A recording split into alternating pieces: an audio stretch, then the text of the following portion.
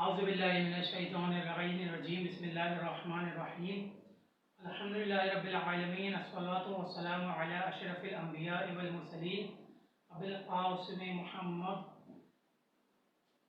سامعین کرام السلام علیکم ورحمۃ اللہ وبرکاتہ۔ میں آپ کے سامنے مولانا سید حسین رضوی۔ میں نے یہ شرعی مسائل کے حوالے سے آج سے ٹاپک شروع کیے ہیں، جسے آپ دیکھ سکتے ہیں تمام مسائل میرے آغا سیستانی کے فتووں کے مطابق ہوں گے۔ اس میں آپ دیکھتے ہیں کہ یہ پہلا موضوع جو میں نے لیا ہے یہ ہے تقلید۔ اس میں میں آپ کو آج یہ بیان کروں گا کہ تقلید کیا ہے، تقلید کسے کہتے ہیں، تقلید کیوں کی جاتی ہے اور تقلید کا مطلب کیا ہے اور تقلید کیوں کرنا ضروری ہے۔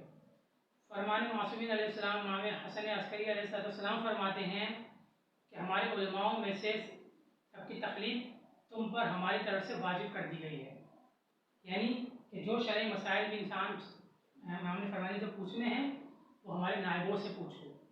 اس قول کا جو مطلب ہے واضح طور پر وہ یہ ہے کہ جو شرعی مسائل پیش آئیں وہ امام کے سارے اماموں کے نائبوں میں سے پوچھ رہے ہیں، اور یہ سب امام کے نائب ہیں، جیسے آغا سیستانی ہو گئے، آغا خامنہئی ہو گئے، آغا بشیر نشفی ہو گئے، آغا خوئی ہو گئے، آغا خمینی ہو گئے۔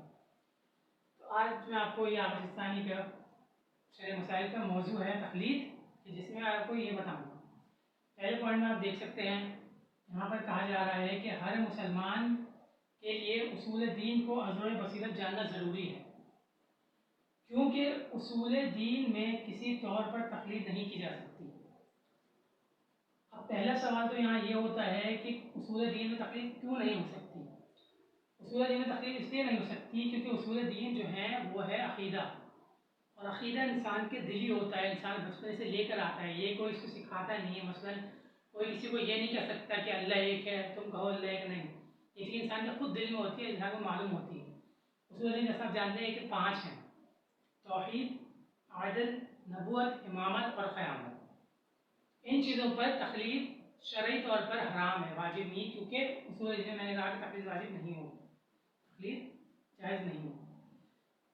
آگے دیکھیے، یعنی یہ نہیں ہو سکتا کہ کوئی شخص اصول دین میں کسی کی بات صرف اس لیے مانے کہ وہ کہہ رہا ہے، یہ بات جیسے میں نے بھی کہی کہ کسی کے کہنے کا بھی بات نہیں مانیں گے، بلکہ یہ عقیدہ ہے۔ اصول دین اور فروع دین کے 2 اور نام ہیں، اصول دین یعنی عقیدہ اور فروع دین یعنی عمل۔ اب فروع دین کتنے ہیں؟ 10: نماز، روزہ، حج، زکوٰۃ، خمس، امر بالمعروف، نہی عن المنکر، تولی، تبرع۔ اب یہ ہیں اصول دین، فروع دین۔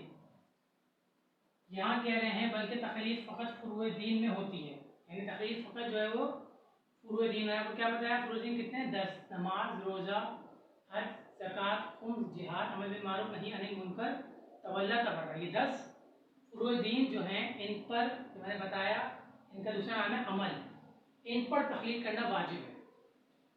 یہ چیز آپ کو واضح ہوئی۔ اب آپ دوسرے پوائنٹ کی طرف آ جائیے۔ دیکھیے، کہہ رہے ہیں کہ 2 چیزیں ایسی ہیں کہ جن کے ذریعے انسان عمل انجام دے سکتا ہے، یعنی زندگی میں روزمرہ کو انسان کو جو شرعی مسائل پیش آتے ہیں، یہاں کہا جا رہا ہے 2 چیزیں ایسی ہیں، پہلی احتیاط اور دوسری چیز کیا ہے؟ تقلید۔